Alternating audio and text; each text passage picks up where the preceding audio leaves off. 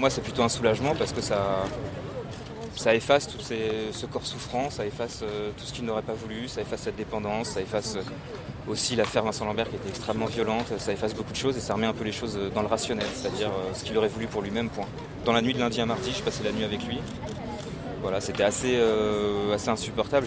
Voilà, vous voyez un médecin qui arrête des traitements pour que le patient s'en aille, et ensuite une équipe médicale et le médecin aussi qui, de façon totalement contradictoire, fait en sorte de le maintenir en vie le plus longtemps possible, en vous décrivant les organes, ce qui va se passer et comment ils vont faire pour lutter, pour vivre.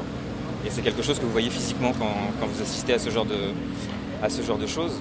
Et vous voyez physiquement les organes lutter à l'intérieur de Vincent pour survivre en sachant qu'il ne va pas survivre et qu'au final il va mourir. Et c'est ce qui s'est passé mercredi, ce matin. Les gens me disent condoléances, ça ne doit pas être facile. Je sais qu'il y a des... j'ai eu un frère de Vincent tout à l'heure au téléphone en pleurs. Je sais qu'il y en a, chacun réagit différemment. Il y en a pour qui c'est très dur. Moi, ça n'a pas du tout été dur. Encore une fois, c'est remettre les choses à leur place. Depuis 2013, on est conscient que Vincent, tôt ou tard, il va mourir et il ne se sera passé rien pour lui pendant 6 ans. Là, pendant 6 ans d'affaire Vincent Lambert, il ne s'est absolument rien passé pour Vincent. Donc moi, c'était plus un soulagement qu'autre chose. Le deuil, on l'avait déjà fait depuis quand même quelques années. Le fait qu'il devait partir, on le savait aussi. Voilà.